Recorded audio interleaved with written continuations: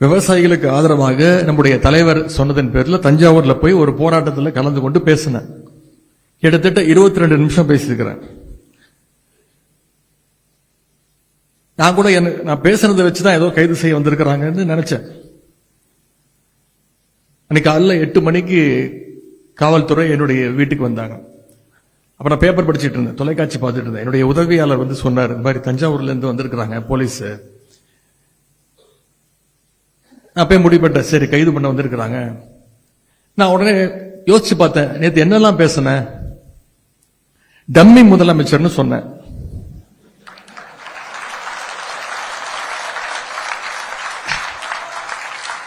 அதை ஒத்துக்கிட்டாங்க.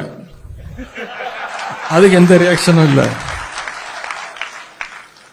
கேடு கெட்ட அரசு அமைஞ்சிருக்கு, ஒரு வெக்கங்கெட்ட அரசு அமைஞ்சிருக்கு, இதெல்லாம் சொன்ன. இதற்கெல்லாம் எந்த ரியாக்ஷனும் இல்ல. இதுக்குதான் கைது பண்ண வந்திருக்காங்கன்னு நான் நினைச்சிட்டு இருக்கேன். என்ன சொன்னேன், இது என்ன அப்படி பேசிட்டேன். டம்மி முதலமைச்சர், வெக்கங்கெட்ட அரசு, கேடு கெட்ட அரசு, எதற்கும் துப்பு இல்ல, தைரியம் இல்ல, விவசாயிகளை இப்படி நடு ரோட்ல விட்டுட்டீங்க. வேற எதுவுமே நான் சொல்லல. காவேரியில தண்ணி வரணும்னு சொன்னேன். இது எனக்கு தோணவே இல்லை. நானே வெளியே போய் காவல்துறை அதிகாரிகள் இருந்தாங்க, வீட்டுக்குள்ளே வந்துட்டாங்க.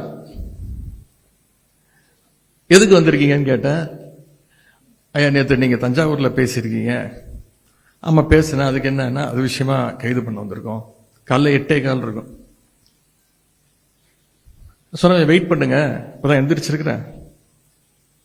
என்னுடைய வழக்கறிஞர்களுக்கு சொல்லு அனுப்பணும், தலைவர்கிட்ட சொல்லணும். வழக்கறிஞர்கள் வந்தோடனே நான் வந்து உங்களை சந்திக்கிறேன், வெளில வெயிட் பண்ணுங்க அப்படின்னாங்க. ஐயா புரிஞ்சுக்கோங்க புரிஞ்சுக்கோங்க அப்படின்னாங்க. கொஞ்ச நேரம் வெயிட் பண்ணுங்க அப்படின்னு சொல்லிட்டு நான் உள்ள போயிட்டேன். அதன் பிறகு நான் முதல்ல போன் பண்ணது நம்முடைய வழக்கறிஞர்கள் அன்னைக்கு தான் போன் பண்ணேன். வழக்கறிஞர்களுடைய கழக நிர்வாகிகள் வழக்கறிஞர்கள் வந்தாதான் நான் கைதாவேன் அப்படின்னு சொல்லிட்டேன். அதே மாதிரி உடனே நம்முடைய வழக்கறிஞர்கள்லாம் ஒரு 9:30 மணி 9:45 மணிக்கெல்லாம் வந்துட்டாங்க. தலைவர் அவர்கள் எனக்கு போன் பண்ணி, கைதாகாத 10:30 மணி வரைக்கும் வெயிட் பண்ண வையே, கொஞ்ச நேரம் அவங்ககிட்ட பேசு, கொஞ்ச நேரம் உட்கார வையே அப்படி நான் சொன்னேன். நான் வழக்கறிஞர்லாம் வந்துட்டாங்க, இது கைது பண்றதுக்கு ஒண்ணுமே கிடையாது, நான் அப்படி ஒன்றும் பேசல, என்ன நடக்குதோ பார்த்துக்கலாம் அப்படின்னு. தலைவர் சொல்லிட்டாங்க, இவர் என்ஆர் இளங்கோவனும் திரு வில்சன் அவர்களும் வருவாங்க, அவங்க கிட்ட பேசிட்டு அதன் பிறகு என்ன முடிவுனாலும் எடுத்துக்கோ அப்படின்னா, நான் இதற்கெல்லாம் பயப்பட போறதில்ல, கைது பண்ணட்டும் அப்படின்னு நான் சொல்லிட்டேன். மின்னல் வேகத்துல சென்னை உயர்நீதிமன்றத்தில் நம்முடைய வழக்கறிஞர்கள் அந்த சட்ட போராட்டத்தை நீங்க உடனடியா ஆரம்பிச்சீங்க. அவ கூட கைதாகி வண்டியில் ஏறும்போது பத்திரிகையாளர்லாம் கேட்டாங்க, இந்த கைதை நீங்க எப்படி பாக்குறீங்க? அவங்க நினைச்சுக்கிட்டாங்க இது பழி வாங்கும் போக்கு, நான் சும்மா ஓட மாட்டேன் அப்படி. நான் சொன்னேன், சிரிச்சுக்கிட்டே சொன்னேன், இது மிகப்பெரிய ஒரு காமெடி, மிகப்பெரிய நகைச்சுவையை இந்த அரசு நடத்தியிருக்கு. இல்ல சட்டமன்றம் கூட போகுது, 5ஆம் தேதியில சட்டமன்றம், உங்களை பேசுறதுக்கு நீங்க வர்றதுக்கு தடுக்கிறதுக்கு முயற்சி பண்றாங்களா? நான் சொன்னேன், அந்த அளவுக்கு இவங்களுக்கெல்லாம் மூளை கிடையாது. அப்படியே நாங்க கேள்வி கேட்டாலும் அங்க அப்படியே பதில் சொல்லி கிழிச்சிட்டாங்க.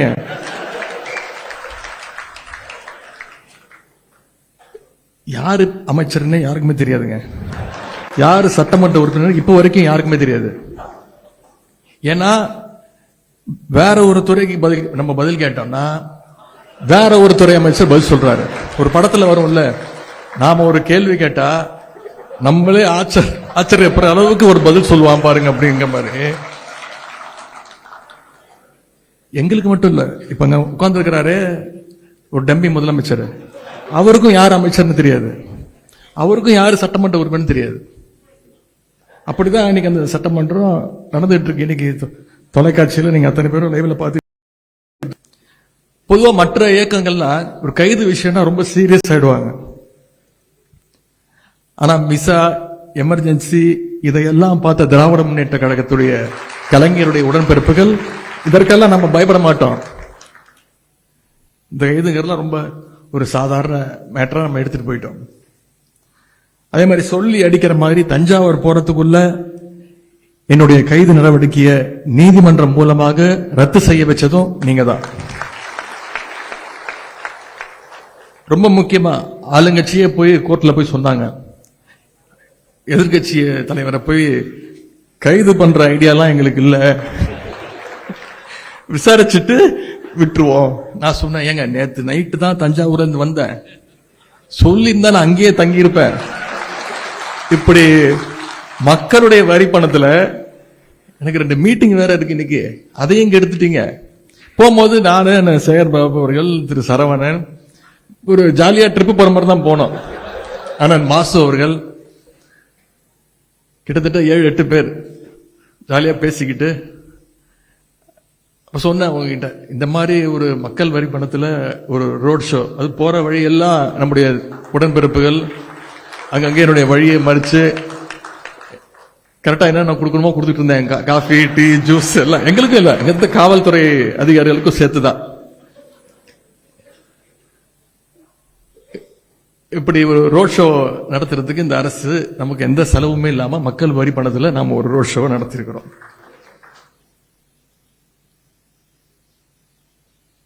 இந்த அரசுக்கு நாம இந்த இடத்துல ஒரு நன்றியை சொல்லணும். தேர்தலுக்கு அப்புறம் கொஞ்சம் சோர்ந்து போயிருந்த நம்முடைய உடன்பிறப்புகள் இந்த டம்மி அரசு, டம்மி ஆட்சியாளர்கள் அவங்களுடைய செலவால, அவங்க பண்ண வேலையால மறுபடியும் நம்ம பழைய ஃபார்முக்கு உடன்பிறப்புகளா நம்ம இன்னைக்கு திரும்பி இருக்கோம். இதையெல்லாம் நான் என்னோட பெருமைக்காக சொல்லல, வழக்கறிஞருடைய பெருமையாகத்தான் நான் இது அத்தனையும் இங்கே பதிய வைக்க விரும்புறேன். இந்த 3 மாதங்கள்ல 100 நாட்கள், நாளைக்கு என்னென்ன கூத்தரிக்க போறாங்க தெரியல சட்டமன்றத்தில். இந்த 100 நாட்கள்ல மட்டும் என்னை மட்டும் கைது செய்யல, முன்னாள் அமைச்சர் அண்ணன் திரு அனிதா ராதாகிருஷ்ணன் அவர்கள் கைது செய்யப்பட்டு உடனே விடுவிக்கப்பட்டார். சட்டமன்ற உறுப்பினர், நம்முடைய சட்டமன்ற உறுப்பினர், விளாத்திக்குளம் சட்டமன்ற உறுப்பினர் அண்ணன் திரு மார்க்கண்டேயன் அவர்களையும் இதே மாதிரி கைது செய்து மிரட்ட பார்த்தாங்க. சட்டமன்ற உறுப்பினர் மட்டும் இல்ல, இப்போ துடிப்பா வந்திருக்கக்கூடிய நம்முடைய ஜென்சி இளைஞர்கள், இந்த தேர்தல் தோல்விக்கு பிறகு யாரை எழுப்பி விட்டுருக்காங்களோ இல்லையோ, இந்த புதிய தலைமுறையினரை நாம எழுப்பி விட்டுருக்கிறோம். இந்த தோல்வி மூலமாக நாம எழுப்பி விட்டுருக்கிறோம். நாம இல்ல, இன்றைக்கு இருக்கக்கூடிய ஆளுங் அரசு. ஜென்சி இளைஞர்கள் சகோதரர் அன்பானந்தம், சகோதரர் வினோத் சூரியகுமார், சகோதரர் சரண், இவங்க எல்லாம் டார்கெட் பண்ணி கைது பண்ணாங்க. அது மட்டும் இல்ல, நான் தஞ்சாவூர் ஆர்ப்பாட்டத்துக்கு போயிட்டு வந்த பிறகு அங்கு யார் யாரெல்லாம் போராட்டம் பண்ணாங்களோ அவங்க மேலாம் வழக்கு பதிவு செஞ்சிருக்கிறாங்க, சிலர் கைதும் செஞ்சிருக்கிறாங்க. இன்னைக்கு அவங்க எல்லாரும் சட்ட போராட்டம் நடத்தி சிறையிலிருந்து அவங்க எல்லாம் மீட்டது யாரு பாத்தீங்கன்னா இங்க வந்திருக்கக்கூடிய வழக்கறிஞர்கள். நீங்க தான் அதற்கு காரணம். அந்த பெருமை உங்களுக்கு தான். இந்த சோஃபா மாடல் அரசுக்கு நம்முடைய கழகத்தை பத்தியோ, கழகத்துடைய வரலாறு பத்தியோ, இந்த சட்டத்துறையினுடைய வரலாறு பத்தியோ அவங்களுக்கு இன்னும் முழுசா தெரியல.